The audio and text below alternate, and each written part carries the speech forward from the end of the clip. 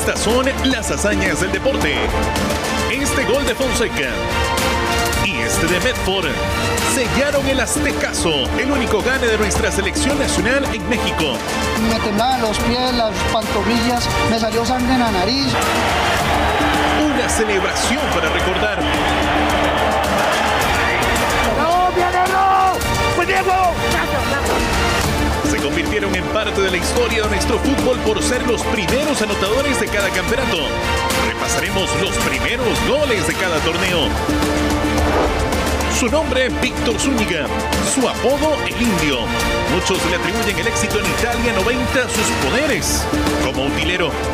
Y en realidad todos los brasileños andaban detrás mío en la televisión y todo, diciendo que yo era el brujo. Los golazos de Cristiano Ronaldo.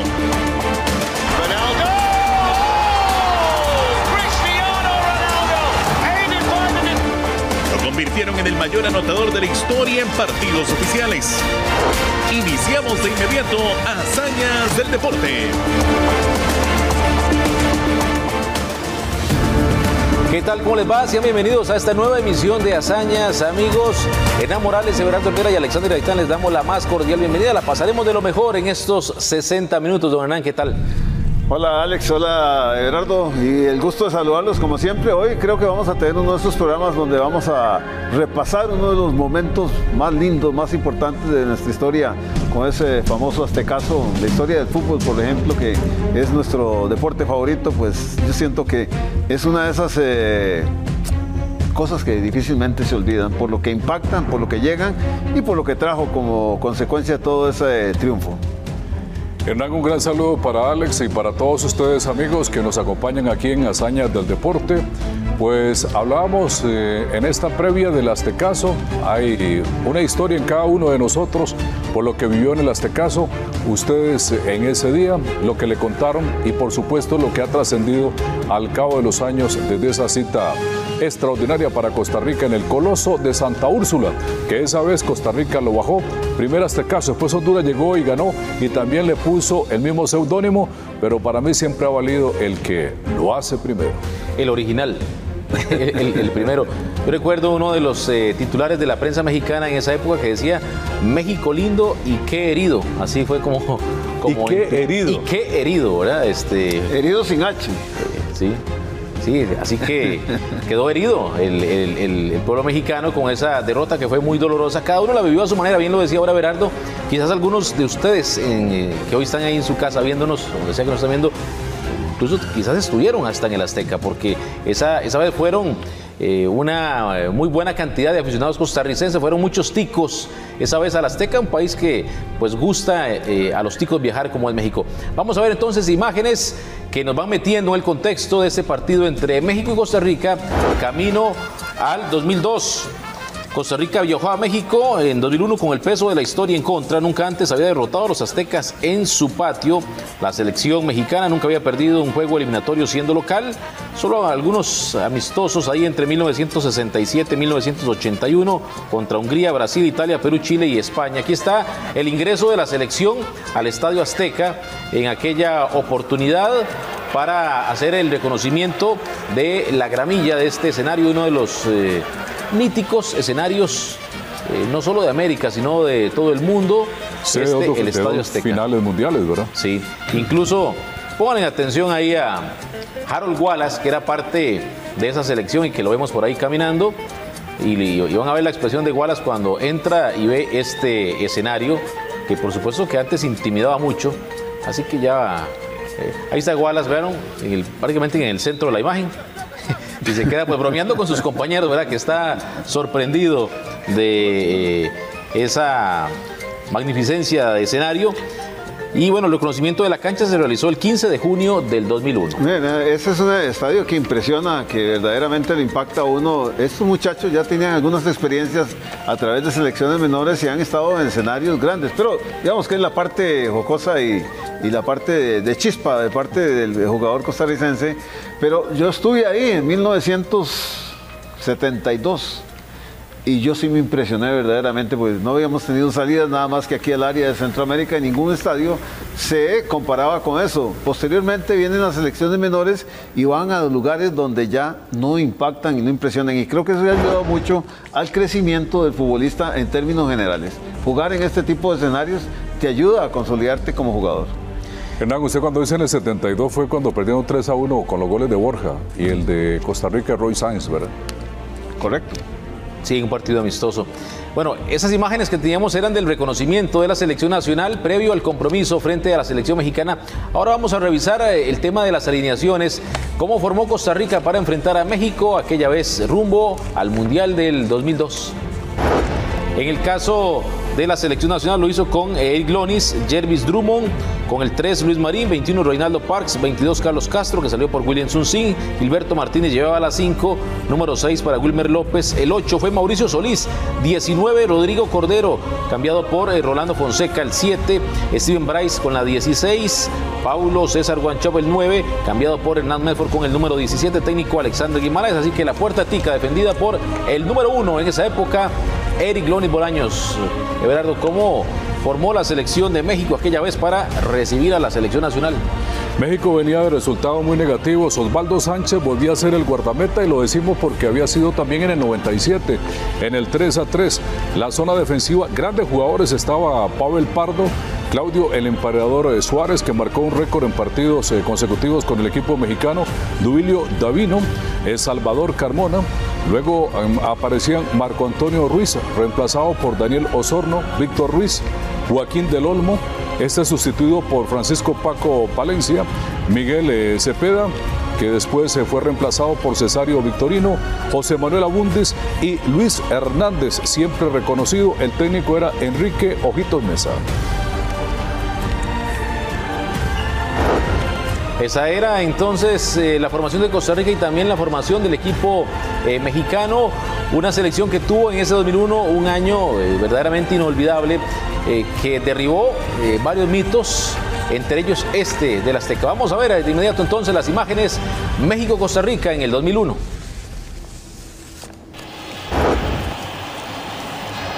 Una buena cantidad de costarricenses, como decíamos, siempre gusta ir a México, y en aquel domingo 16 de junio de 2001 no fue la excepción.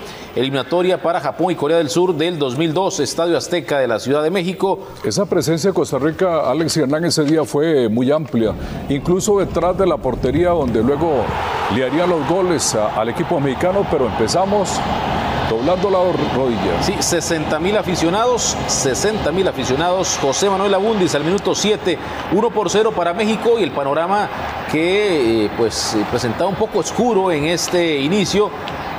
Árbitro de este compromiso fue Carlos Batres de Guatemala. Comenzar perdiendo y tan temprano, pues... sí, y esto no era un buen augurio para la selección costarricense, pero dirás que repasando y recordando hechos de esta confrontación, y un reportaje muy interesante que hace el periódico La Nación de la época, habla de del convencimiento que tenían estos jugadores de que iban a sacar el partido y cómo se iba a plantear. Inclusive había situaciones que decían, ¿por qué Medford y Rolando Fonseca no estaban de titulares en este partido?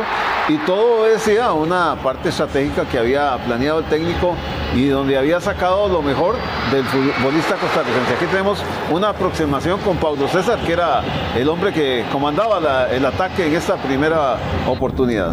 Casi el empate, ¿verdad?, para Costa Rica en esa jugada. Aquí se salvaba la selección nacional. Costa Rica tenía jugadores en muy buen nivel en esa época. Es bueno, la parte anecdótica que Ronald Lavala Gómez no va porque tenía que jugar un partido importante con el OFI de Creta. Y ojo a las acciones importantes que generaba Costa Rica, que había cambiado desde que dejó atrás a Guatemala en el repechaje, le empató a Honduras, después le ganó a Trinidad ya en la hexagonal, perdió en Estados Unidos y estaba en esta cita en el Azteca. Sí, ya con el marcador 1-0 en contra, pero Costa Rica mantuvo la compostura, mantuvo el orden. Aquí terminaba la primera parte con el silbatazo del guatemalteco Carlos Batres. Y las aficionadas ticas, pues llevando también belleza y apoyo al equipo de todos. Sí, Costa Rica no perdió esa personalidad, ¿verdad?, en el juego, y se la creyó. Sí, y no solo eso, sino que cuando salían para descanso en el medio tiempo hubo una especie de arengue entre los jugadores que se comprometieron de alguna manera en el repaso con el técnico que había planificado, decía anteriormente muy bien el partido, había tocado las fibras más sensibles de los jugadores y este era un equipo que no solo tenía calidad, sino que estaba muy bien compenetrado. Yo creo que eso así fue fundamental.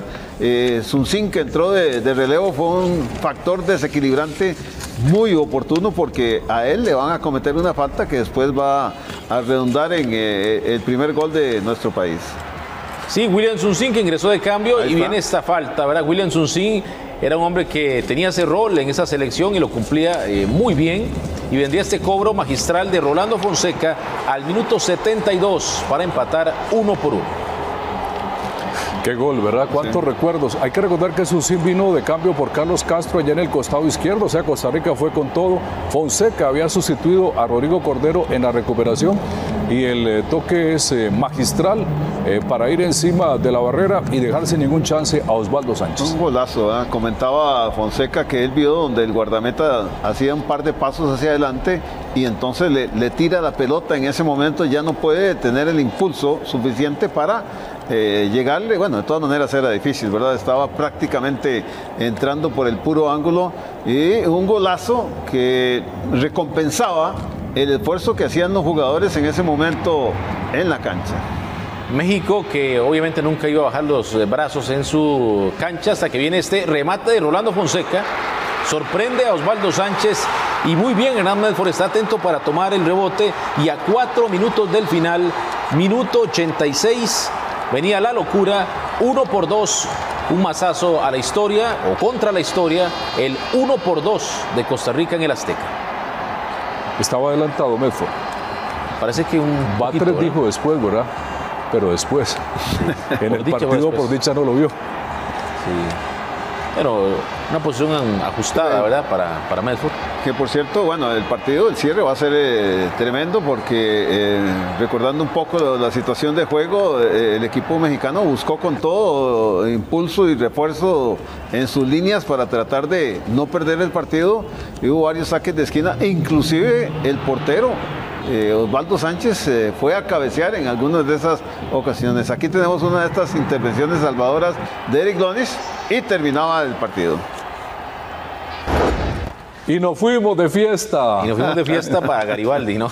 No, importantísimo en eso. Eso yo hice una recopilación de algunos datos ahí de esos sí. Que estaba comentándoles a ustedes de lo que, cómo lo vivieron los jugadores, todo lo que vivieron antes. Desde la preparación del juego, que les decía Guimaraes, que toca la fibra de los jugadores antes del partido, que había hecho un escrito con todas las situaciones que quería enfocarse antes de que empezara el partido, y que al final llega a Villegas y César Eduardo Méndez, que eran los asistentes, y le dice: "Mae, la rompiste", porque parece que hizo un análisis y les dio una motivación tan fuerte que eso ayudaba mucho para la compenetración de los jugadores y los cambios les salieron súper bien. Claro. Sí, y no caerse después de un gol tan tempranero.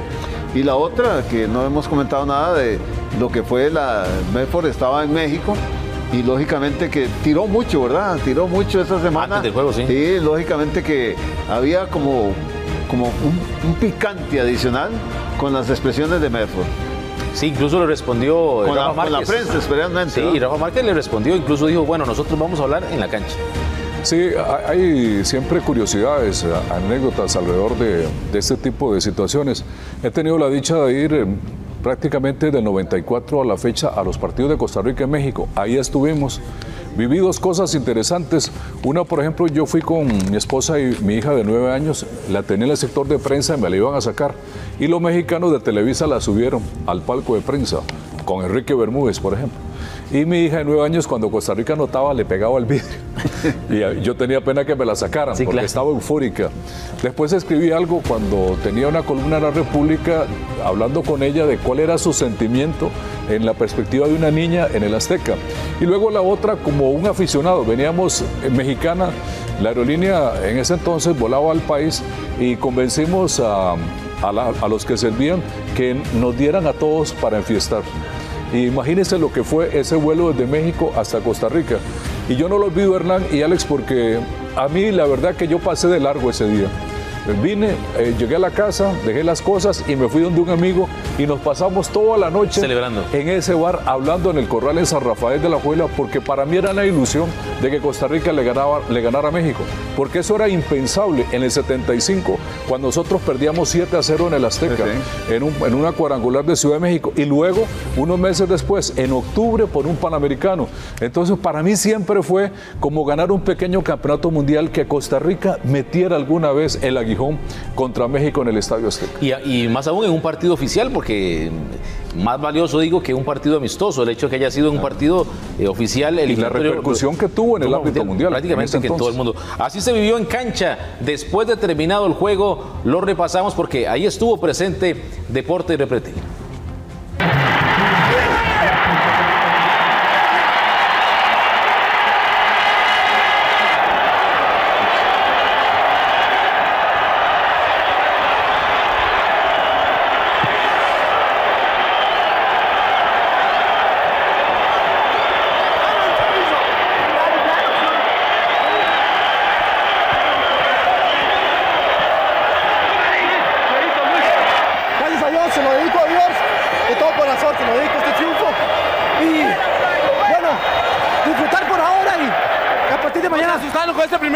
No. Aquí el técnico Alexander Guimaraes. Alex. Gilberto, se hizo. Sí, gracias a Dios se hizo. Se ganó, pero bueno, hay que dejar esto a un lado y seguir trabajando. Seguir trabajando para lo que viene. Que había de tantos años de no ganar aquí, vino Costa Rica, me emocionó. Gracias a todos mis compañeros, gracias a Guima y gracias a todo Costa Rica y a mi familia. ¡No, viene no! ¡Muy bien, huevo! Gracias, Flaco. Guima, usted decía ayer, lo más grande me lo llevo mañana. No, este es un triunfo para el país. Estos jugadores han demostrado un enorme espíritu de equipo y ganamos muy bien, merecidamente. Merecidamente, Guima, no, un gane histórico, ¿verdad? Nunca había perdido México. Nunca había perdido México acá, se logra. Sí, se logra. Y yo creo que eso es una gran motivación para el equipo, para los dirigentes, para el aficionado. Bueno, palabras frescas, justo recién terminado el partido. 2 décadas después, prácticamente, Harry McLean conversó con algunos protagonistas de aquella vez y estos son sus recuerdos, sus memorias del Aztecaso 2001.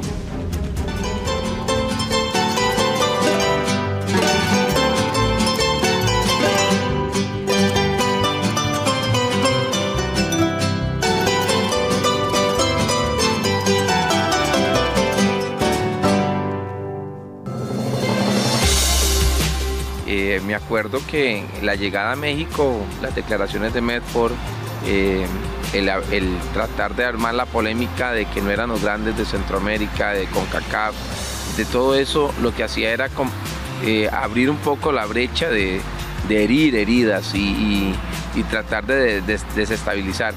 No la creímos, entendimos que la llegada al Estadio Azteca, lo que pasó el día anterior, en la llamada 911, la charla que nosotros teníamos de solo jugadores, la convicción era ganar a como diera lugar. Porque cuando nosotros saltamos a la cancha y ver esa marea roja en una gradería completa, fue determinante sabiendo y entendiendo de que estaba gente apoyándonos, que no estábamos solos. 15 días antes de que nosotros estemos en ese partido, yo había subido como 1,5 kilos de peso. Y Guima dice, si no está en el peso ideal, Rolando no juega. Pero 15 días antes ya me venía trabajando. Claro, yo estaba fúrico, nadie sabía quién iba a saltar, pero el compromiso que teníamos con todos los jugadores, eso era lo que más respetábamos. Nosotros teníamos 2 valores importantes. Guima puso 2 valores, que fue el respeto y la confianza. El respeto por las decisiones que él tomara, que todas las respetáramos. En el momento en que viene la falta, si ustedes ven, no había nadie que llegara, no, yo lo tiro, no, ya todos sabían que estaba yo y que yo iba a tirarlo. Era la confianza, ¿por qué? Porque eso lo veníamos trabajando, ya es trabajo acumulado dentro de toda la semana que teníamos. Entonces, si no estaba Hernán, era yo. Claro, en ese momento, cuando yo recibo el balón, yo veo donde Osvaldo va interpretando otra vez salir, y si ustedes ven, la jugada es que Osvaldo se regresa hacia el marco. ¿Qué es lo que pasa? Que yo ya conocía también el Azteca. Ahí en altura el balón corre muy rápido, es una bala y no es de darle fuerte, es pura técnica. Y es pura técnica. Y yo lo que hice fue darle pura técnica. El balón se fue muy rápido. Nosotros hablábamos mucho afuera, pero es que hablábamos más en la cancha. Y eso es lo más importante. Siempre la intención era marcar la diferencia, entrar en la parte ofensiva y obviamente aportar con goles o asistencias. Y creo que en mi caso siempre fue así. Y para ese partido estaba motivado, estaba al 100%. Yo creo que estaba nervioso un poco. Incluso cuando estábamos cantando el himno nacional, me temblaban los pies, las pantorrillas, me salió sangre en la nariz. O sea, fue algo muy especial. Y bueno, yo creo que lo mío era agarrar la bola, ir al frente, encarar, que era mi fortaleza. Y yo creo que en ese momento, cuando me tocó entrar, Guima me dijo, haga lo que usted sabe hacer. Y recuerdo que así fue, primeras bolas que traté de tomar para jugar fácil, obviamente buscando atacar, y no se me olvida que el pase que recibo por el costado, México estaba atacando, recibo, me voy, incluso busco el área, hago la jugada del tonto, me quedó muy larga, ya yo no llegaba a esa bola, entonces pues tuve que chocar con el defensa para buscar la falta, y así fue. Y bueno, golazo de Fonseca.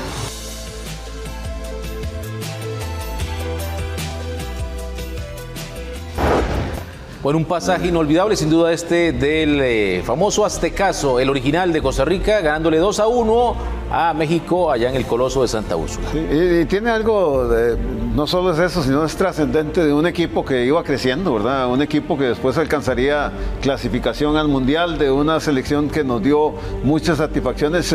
Yo siempre recuerdo esta selección del 2002 como una de las mejores selecciones, a pesar de que no logra clasificar. Por un gol no clasificamos, y el equipo que llega a clasificar de grupo nuestro, Turquía, alcanza tercer o cuarto lugar de ese campeonato. Pero esa selección tenía jugadores que estaban pasando un momento extraordinario, y hay que reconocer que Guimaraes también hizo una unión, una conjunción de ideas y de talentos que no es fácil de lograr. Solo con esa mística y esa compenetración con los jugadores se puede lograr. Sí, qué bueno recordar todo ese baúl de detalles. No hay que olvidarse también de don Germán Retana en aquella época, que era el motivador de la selección. Ahora que escuchaba la frase, lo que decía Rolando Fonseca, era precisamente el cuño de don Germán Retana, y desde luego con un cuerpo técnico muy bien manejado y jugadores de gran calidad, jugadores que incluso en algún momento, pese a lo bien que hacía las cosas, no pudo llegar Jafet Soto al Campeonato Mundial de 2002. Sí. Ahí donde uno repasa que esa generación era muy buena. Y como habíamos comentado, porque la gente dice, ¿y qué pasó con la Bala Gómez? Tenía un permiso especial en aquellos días para jugar con el OFE de Creta, un partido de repechaje. Teníamos potencia, velocidad, de técnica, manejo, y buenos jugadores en todas las líneas. Sí. Rolando Fonseca y Hernán Medford jugaban en México en esa época, pero después del Aztecaso no fueron más contratados en México. Ahí acabó su periplo por México. Bueno, eso es anecdótico nada más. Vamos a recordar un golazo de Bruno Conti en el Mundial de España 82.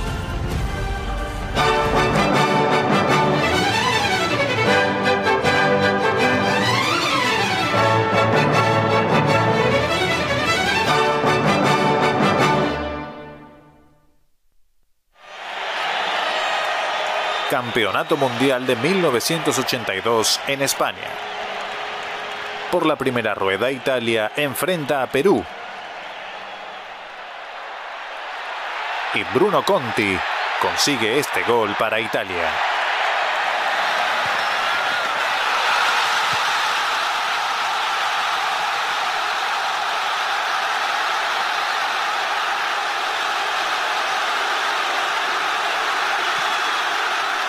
Ese partido terminaría igualado 1-1.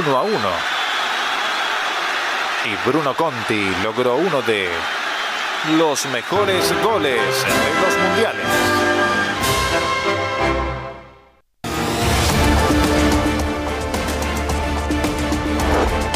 Se convirtieron en parte de la historia de nuestro fútbol por ser los primeros anotadores de cada campeonato.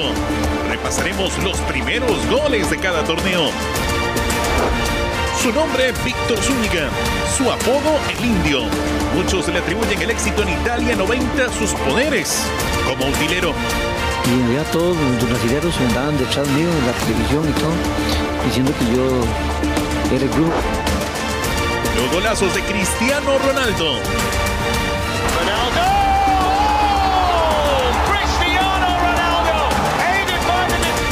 Lo convirtieron en el mayor anotador de la historia en partidos oficiales. Continuamos en hazañas, gracias por acompañarnos ahora para recordar pues a esos jugadores que anotaron el primer gol de cada campeonato. Obviamente en cada inicio de torneo está siempre ese tema. Ahora, ¿quién marca el primer gol? El primer anotador de un campeonato nacional fue este hombre que tenemos aquí a nuestra espalda. Rafael Ángel Macho Madrigal, jugando con el Club Sport La Libertad, lo hizo en 1921, pero bueno, se inscribe en la historia siempre el que anota el primer gol de cada campeonato. Hernán Morales, usted hizo uno, ¿verdad? Inaugurando el campeonato del 75. Sí, jugando en San Ramón contra Chemín Ramos. En ese partido hacíamos... ¿Aprovechó el viento, Hernán? Aproveché. No, porque la cancha que favorece el viento fue donde Mauricio Montero la tiró y mató el Soncho, ¿verdad? Aquel famoso que ya lo repasamos por acá. En algún momento, sí, al marco contrario. Ahí un centro y entramos ahí con la pierna izquierda, tocamos la pelota para poner el primer gol. Bueno, vamos a repasar entonces, por lo menos en esta primera parte de anotadores de Campeonato Nacional, los que marcaron el primer gol de cada torneo.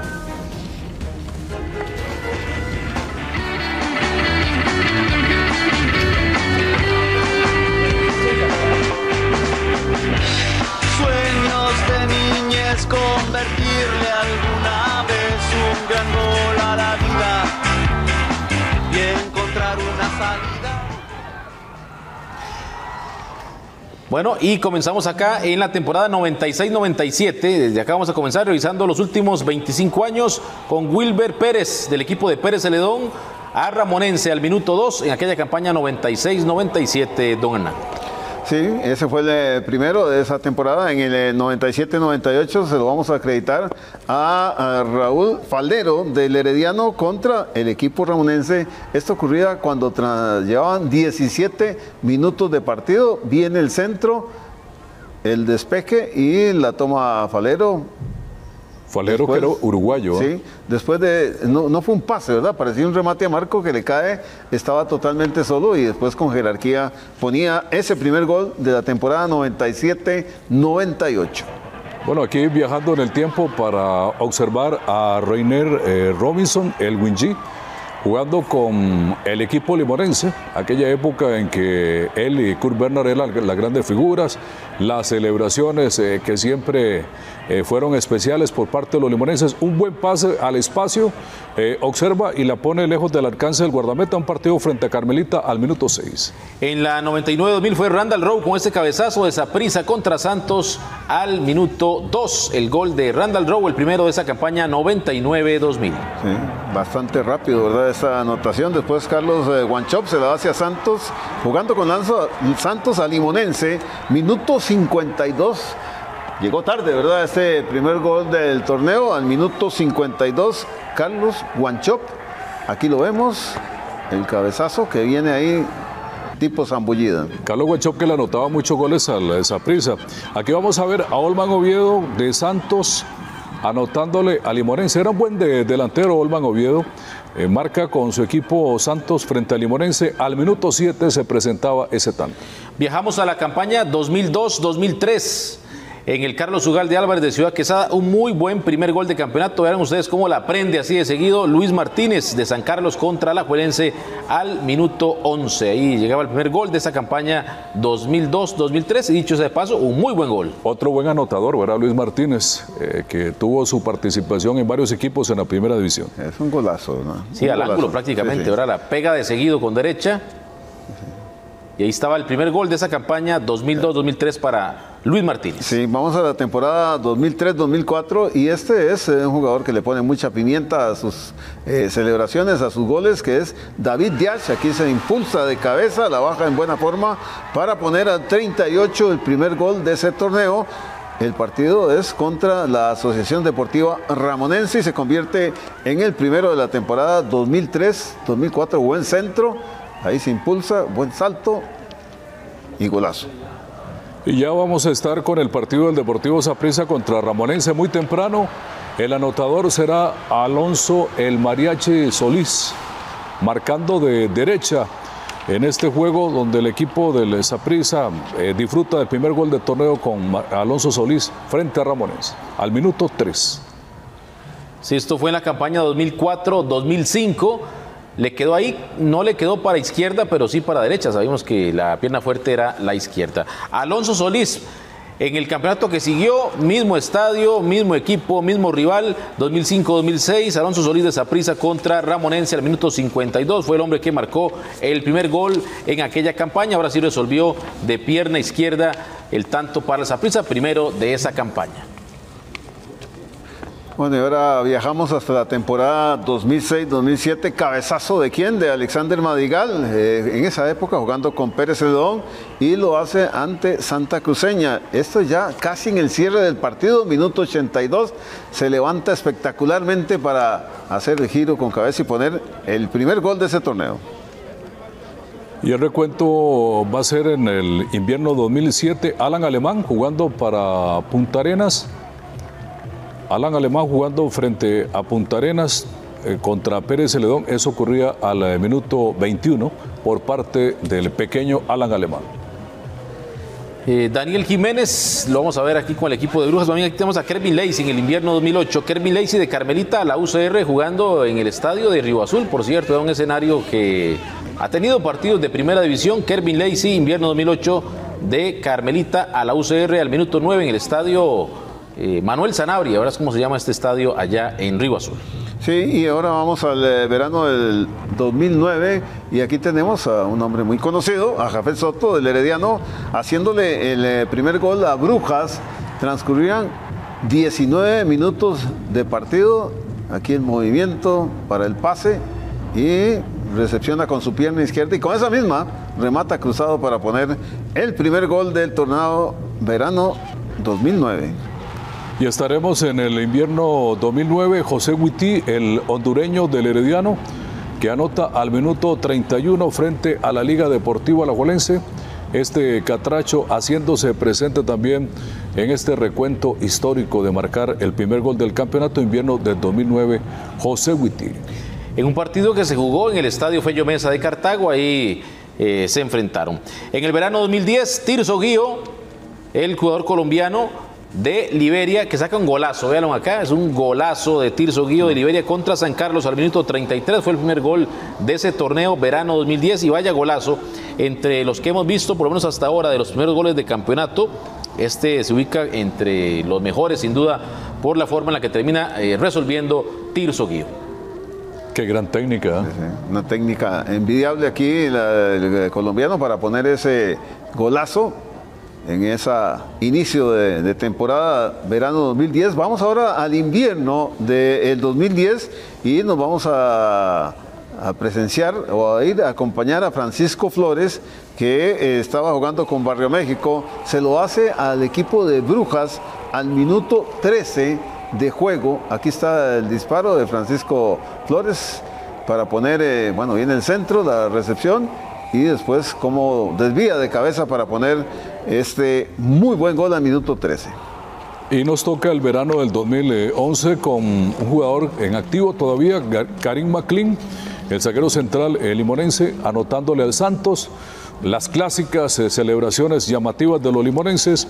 Esto se presentaba al minuto 61, gol de Karim McLean para el equipo limonense frente a Santos de penal. Cerramos con el invierno 2011, esta primera parte. Jendrik Ruiz, pero jugando con el Punta Arenas FC frente al equipo herediano al minuto 7, fue el hombre que marcó el primer gol de esa campaña invierno 2011. Jendrik Ruiz, en sus tiempos en la Perla del Pacífico, era el que marcaba ese primer gol del campeonato invierno 2011. Se lo hizo al que sería después su equipo, el conjunto del Herediano. Ahí está el gol de Jendrik Ruiz. Ahí en Punta Arenas levantó su carrera Jendrik Ruiz para llegar luego al equipo Florense. La segunda parte, esos primeros goles de campeonato, lo tendremos en la próxima edición de Hazañas. Ahora vamos a recordar a George Best, quien marcó un gol en la Liga de los Estados Unidos. Usted tuvo, por cierto, lo hizo con el equipo de los Terremotos. Usted tuvo su paso, ¿verdad? También. Sí, sí. Por ahí estuvimos un tiempito, ¿verdad? Sí. No mucho tiempo, pero ahí estuvimos. Una experiencia bastante corta, pero que sí lo recordamos con mucho aprecio. Pues a ese equipo de los Terremotos, a usted lo sacó una lesión del fútbol de los Estados Unidos, ¿verdad? Pudo haber tenido una carrera más extensa. George Best, un gran jugador, lo vemos anotando con técnica individual, una anotación en 1981 con el equipo de los Terremotos de San José.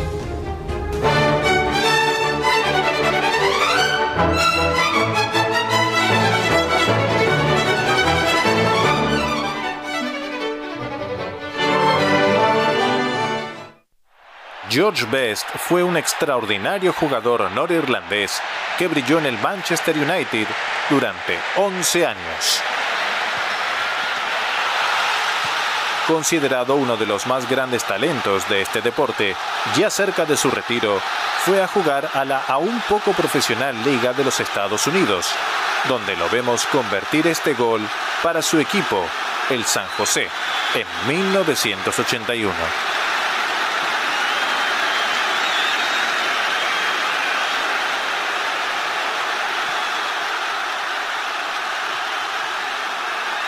Habían pasado los años, pero el talento de George Best nos permitió ver uno más de los mejores goles de la historia.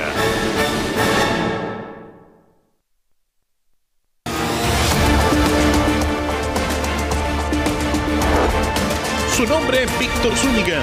Su apodo, el Indio. Muchos le atribuyen el éxito en Italia 90 a sus poderes como utilero.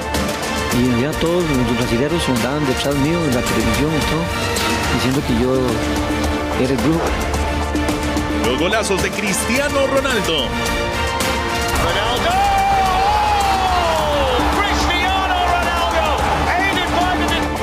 Lo convirtieron en el mayor anotador de la historia en partidos oficiales.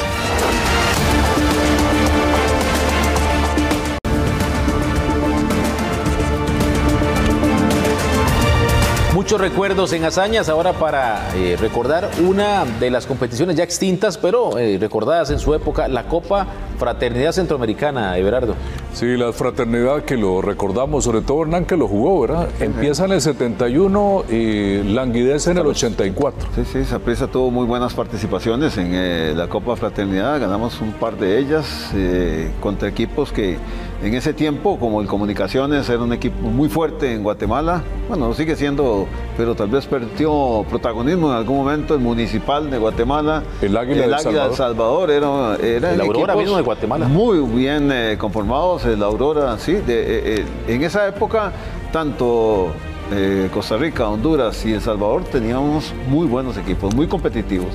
Vamos a recordar un partido de 1983 del Saprissa en esta Copa de la Fraternidad Centroamericana contra el Independiente del Salvador. Los cuscatlecos formaron de la siguiente manera. El equipo del Independiente del Salvador, que era de la localidad de San Vicente, Carlos Rivera, Roberto González. Buen portero. Sí, portero de selección. Roberto González, Abilio Martínez, Erwin Archila, Abraham Vázquez, Luis Ramírez, Jesús González, Zapata, Mauricio Alfaro, José el Mandingo Rivas, también seleccionado, Oscar Guerrero, Ricardo Gómez, técnico Luis Santana. De cambio ingresaron Barquero y Paguaga, que también jugaron en ese partido para el Independiente.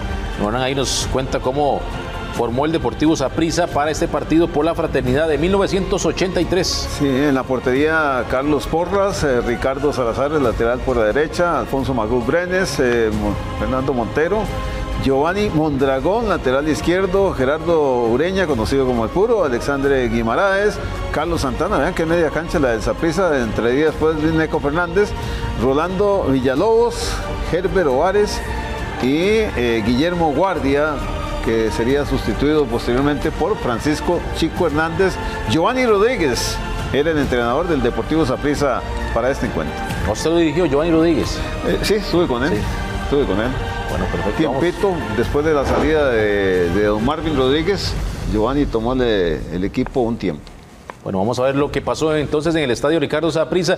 Dicen que recordar es vivir y bueno, un escenario incluso muy cambiado en esa época, el Ricardo Saprissa de 1983.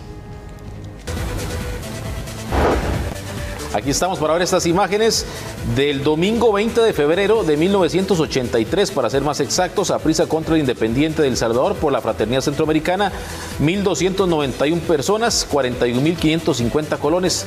Quedó en taquilla arbitraje de Carlos Luis Monge con Enrique Torres y José Luis Valverde para ver al Saprissa de blanco, y el equipo aurinegro era el cuadro salvadoreño. 40.000 colones la taquilla. Sí, fue poca gente, ¿verdad? En aquella oportunidad al Ricardo Saprissa. Estas imágenes valiosas que les presentamos hoy de 1983 por esta Copa de la Fraternidad Centroamericana, que era como decir la Copa UNCAF, ¿verdad? De clubes. Y el Deportivo Saprissa, allá vemos incluso, había hasta aquel ciprés, ¿verdad?, que estaba detrás de la portería y aquella parte techada. Sí, cuando tenían inclusive los palcos, ¿verdad? En la parte de atrás, ahí era donde la dirigencia sobre lo que también forma parte todavía de los camerinos, pero ya totalmente remodelada con una galería. ¡Qué golazo! Golazo de Guillermo Guardia al minuto 18, pase de Herbert Ovares. Esa Saprissa, Alex, fue esa Saprissa que le costó mucho, ¿verdad? Incluso en el torneo nacional luego no pudo entrar a la pentagonal. Y ya se evidenció en este certamen de la fraternidad las carencias que tenía el equipo morado. Sí, muy buen gol, ¿verdad? Ahí de Guillermo Guardia, goleador del Saprissa, incluso con el equipo morado llegó a ser goleador nacional, llevarse el título de campeón goleador, y ese equipo del Independiente que era rival del Saprissa en esta competición. Decíamos del 20 de febrero de 1983, aquí Carlos Luis Monge, uno de los árbitros que también marcó época en su momento, indicaba el final del primer tiempo. Nos vamos ahora a las imágenes del segundo tiempo, donde el Saprissa mantuvo por un buen lapso esa ventaja con el golazo de Guillermo Guardia, pero después vendría, y ya lo van a ver, Saprissa tuvo para el 2-0 en algunas ocasiones, sin embargo no logró redondear la victoria, y van a ver ustedes el golazo de los salvadoreños que les va a deparar el gol del empate, que es precisamente este gol de Paguaga al minuto 82. Véalo, Everardo. Una raya. ¿Cómo le costó a Saprissa sacar la bola de su zona defensiva? Es una jugada bastante larga en la que no pueden trascender ahí 10 metros arriba del área grande, y qué riflazo. Venciendo pese al esfuerzo la estirada de Carlos el Bambam Porras, que era un portero cuya carrera había arrancado en el Barrio México.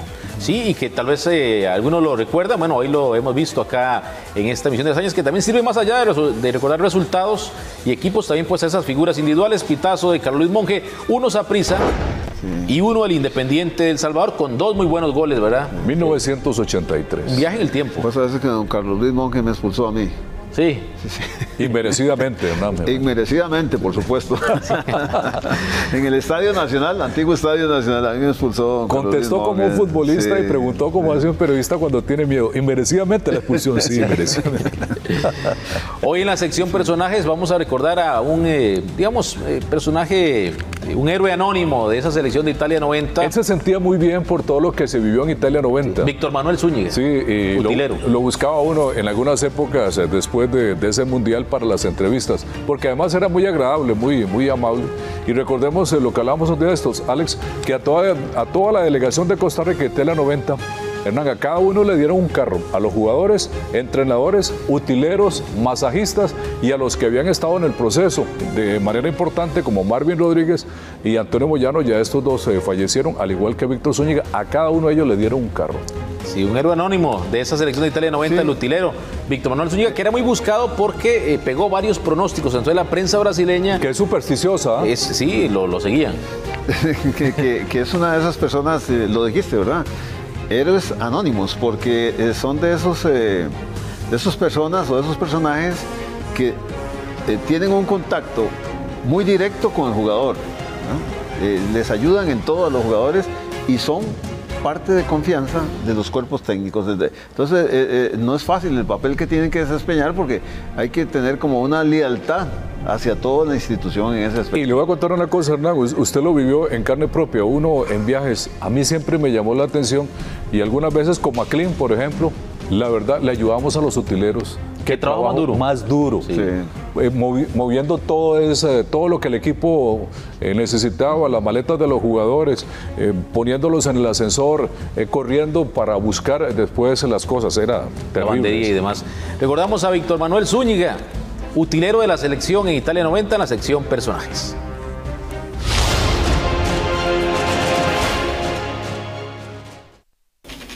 Anécdotas que pasaron cuando nosotros llegamos a Italia. Nos decían que nosotros no íbamos a hacer un buen papel. Y para mí, yo tenía confianza en los jugadores y yo creía que nosotros íbamos a hacer un buen papel y lo hicimos. ¿Cuál es exactamente su labor dentro de la selección nacional? Cuestiones de tener listo todos los implementos deportivos, tanto camisetas, pantalonetas, las medias, los zapatos, los tenis, tener bien vestido a los jugadores a cada entrenamiento que se llegue, tenerle todo listo, chalecos, los balones, limpiar los zapatos y llegar. Yo soy el primero que llego al estadio y el último en irme. A mí llegó una brasilera, me entrevistó y yo le dije que iba a los marcadores, ¿verdad? Que Argentina iba a perder con Camerún 1-0 y que Brasil le iba a ganar a Suecia 2-1 y nosotros íbamos a empatar con Brasil y nosotros íbamos a ganar a Escocia 1-0. Eso se lo dije yo y después cuando Brasil le ganó a Suecia, me andaban buscando y entonces Callazo estaba por ahí, me llamó, me dice, ahí anda hace una hora y media la brasilera para entrevistarlo. Y entonces me dice, yo le dije que usted andaba en Torino matando una gallina y le ha cortado el pescuezo y había echado la sangre allá en el estadio de Torino, ¿eh? Y entonces yo pedí autorización a ver si seguía con la broma, ¿eh? Y entonces ellos me dijeron que yo era el brujo, Macumba y todo eso. Entonces siguieron. Entonces yo le dije, no, nosotros también vamos a ganar a Suecia 2-1, ¿eh? Y allá todos los brasileños me andaban detrás mío en la televisión y todo, diciendo que yo era el brujo, pero yo lo hice así en un plan de, ¿cómo se llama? De pronóstico nada más, ¿eh? Y ellos dijeron que yo era el brujo.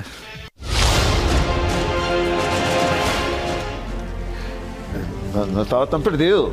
Pegó casi que todos. Pegó casi todos. Ya tenía asustados a los brasileños, sí. Donde dijo que íbamos a empatar, ¿verdad? Sí, cuando se llevó la sangre al estadio, porque son muy supersticiosos, ¿verdad, Everardo? Así que eso los asustó brasileños y africanos, ¿verdad? Sí, se convirtió en una sensación en ese aspecto de los vaticinios, de los pronósticos. El recordado utilero de la selección en Italia 90 y de muchas otras selecciones a lo largo de esa década, Víctor Manuel Zúñiga. Cristiano Ronaldo, un goleador realmente completo. Vamos a ver algunos de sus mejores goles a continuación con este hombre que ha marcado verdaderamente la historia del fútbol mundial, convirtiéndose en el máximo anotador en partidos oficiales, el lusitano Cristiano Ronaldo. Aquí vamos a ver algunos de sus golazos. Mientras le pasamos, pues el portugués es una verdadera máquina de hacer goles. Prueba de eso es que llegó a los 759 goles oficiales, con lo que igualó la marca del máximo anotador de goles en juegos oficiales en la historia del fútbol, que hasta el momento ostentaba en solitario el checo austríaco Josef Bican. El lusitano marcó el 3-1 de la Juventus en la victoria de la Vecchia Señora ante el Sassuolo en la Serie A en este 2020, con lo que llegó a esa marca, misma que sin duda pues romperá en próximos partidos. De acuerdo con el periodista español Alexis Tamayo, mejor conocido como Mr. Chip, y quien es experto en datos históricos del fútbol, el atacante portugués le tomó un total de 1037 partidos oficiales para llegar a la mágica cifra de 759 anotaciones. En tanto, el austríaco Bican, quien jugó entre 1931 y 1956, solamente le tomó un total de 495 encuentros. Acá disfrutamos de una colección de golazos de Cristiano Ronaldo, uno de los futbolistas más completos de la historia, Everardo. Sí, ha sido increíble lo que ha hecho Cristiano Ronaldo desde aquellos días que aparecía en el Manchester United y cómo donde ha ido ha triunfado en el United, en el Madrid y ahora lo hace en la Juventus. Pasan los años y no se detiene Cristiano Ronaldo. Incluso con la selección, qué delantero más completo, ¿verdad? Sí, no cabe duda de que es un hombre que está aliado con el gol. Ha hecho goles espectaculares, sensacionales. Ahí cuando repasábamos los titulares del programa de hoy, ese salto es impresionante, ¿verdad? Y el ingenio que tiene, la rapidez que tiene de reacción. En tiros libres también tiene un estilo muy particular, ¿verdad? ¿Qué puede hacer, verdad? Qué forma de pegarle al balón que verdaderamente es una amenaza para los porteros. No puede confiarse un portero cuando está ese salto con la posición de la pelota. Ese salto es impresionante, ¿verdad? Es impresionante, ¿no? Es potencia, medida para llegarle al centro. Un coleccionista de goles. Ese Cristiano Ronaldo entonces. Y en las ligas que ha triunfado, la Premier, España y la Serie A de Italia. Demostrando su poderío goleador efectivamente en las principales y el ícono de su selección, Portugal. Y con su selección siendo su máximo símbolo. Y es que tenés que alabarle la técnica, ¿verdad? Tan depurada que tiene, la forma de pegarle al balón. Es sencillamente es un jugador excepcional, no cabe duda, ¿verdad? Hernán, y todo lo que se dice también de su trabajo físico, ¿verdad? Sí. El primero en llegar, el último en irse. Como esta chilena espectacular. Tienen una gran selección Portugal. Sí, para pelear. Aquí lo vemos con el Manchester United. Golazo. Es que hablar de no solo de goles, sino de qué goles también de Cristiano Ronaldo en su exitosa carrera. ¿Y en qué momentos ha marcado sus goles también para decidir campeonatos, Champions? Y seguramente el récord que va a dejar en cuanto a la cantidad de goles va a ser muy difícil, por lo menos de superar. Ya viste que son 1037 partidos, dijimos. Sí. Para esa cantidad de goles, mucho tiempo, pero no es fácil superar y alcanzar esta cantidad de goles en una carrera futbolística. No, y en una época del fútbol donde, no se es tan ofensivo, digamos, porque priman los defensas, sí. Los sistemas defensivos. Antes se jugaba hasta con 5 delanteros, por ejemplo, ¿verdad? Lo que, digamos, con 5 delanteros contra 3 defensas. Exacto, también, ¿verdad? Entonces, en esta época, esto ya más tiempo, más espacio para jugar. Totalmente. Vamos ahora al boxeo, a ver al colombiano Brady Prescott y Amir Khan en una pelea del 2008 que se realizó en la ciudad de Manchester.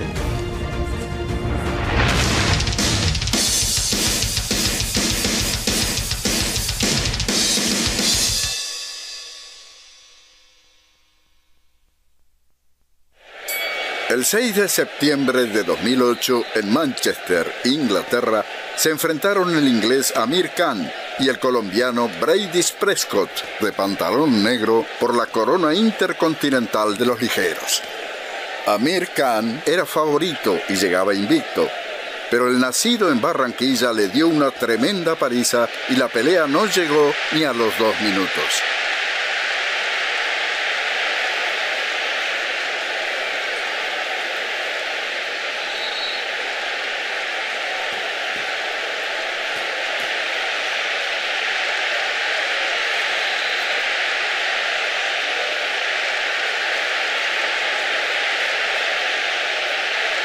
En esa noche de gloria de Brady Prescott, el colombiano logró uno de los mejores knockouts de la historia. Bueno, uno de los mejores knockouts. Bueno, las condiciones de Amir Khan como boxeador a lo largo de estos últimos años se han podido demostrar como uno, digamos, de los buenos exponentes que tiene en la actualidad pues el boxeo mundial. Bueno, ha sido un programa de muy buenos recuerdos, ese aztecaso inolvidable. Para motivar, ¿verdad?, a las generaciones, al fútbol de Costa Rica y darnos cuenta, como decían en aquellos días, sí se puede. Y es evidente que conjuntar una serie de talentos no es fácil, y el trabajo que hizo Alexandre Guimaraes en ese momento, yo creo que hay que reconocerlo como también muy eficiente. y de buenos goles de Cristiano Ronaldo, Bruno Conti, que vimos por ahí, de George Best. ¿Con cuál se queda? Hijo. Bueno, ese de George Best. El de George no Best por la forma en que dentro del área logra dominar la pelota con hay una serie de jugadores tratando de quitarle el balón, de obstaculizarle en el camino, pero se ve un poco lento ahí, pero no es tan lenta el movimiento, pero buen control de la pelota y lógicamente que define con mucha calidad. ¿En qué año fue? También me gustó mucho recordar los primeros goles del campeonato. También, sí. Refrescar la mente con algunos jugadores que hicieron cosas interesantes en el fútbol de este país. Y que quizás algunos se han perdido un poco el verdad, pero lo hemos recordado acá en Hazañas. ¿En qué año es que llegó usted a los Estados Unidos con los terremotos de San José? En el 75. 75. Sí, ya había nacido. En el tiempo de Pelé llegó. Sí. Por ahí, más o menos, ya. Sí. Casi dos campeones. Llegó Pelé y llamaron a Hernán también. Sí, también una vez se llenaron de figuras. Don Hernán y Everardo, qué gusto de haberlos tenido hoy acá. Como siempre. No, será hasta la próxima semana. Sí. Por cierto, en ese espacio ahí estaba William Quiroz, que era el jugador de Saprissa que se había ido a jugar. Él sí se quedó con el Earthquakes. Ya había tenido una experiencia anterior. Otro gran mediocampista, ¿verdad? Otro gran mediocampista. Jugó con Saprissa y con la Liga. Nos vamos. Sí, que la pasemos bien todos. Gracias, amigos, y nos vamos a quedar con lo que tendremos la próxima semana en Hazañas del Deporte. Un abrazo, que la pasen bien. En Hazañas del Deporte. En el 2009, Hanna Gabriel se convirtió en nuestra primera campeona mundial de boxeo. Hacemos una reseña de su título y peleas. Un tico brilló con fútbol y goles en Holanda. Brian Ruiz y su campeón al frente por primera vez en la historia del club. Pérez Celedón y Santos protagonizaron el partido con más anotaciones en los últimos 10 años. Hazañas del Deporte, todos los sábados a las 6 de la tarde por Canal 6.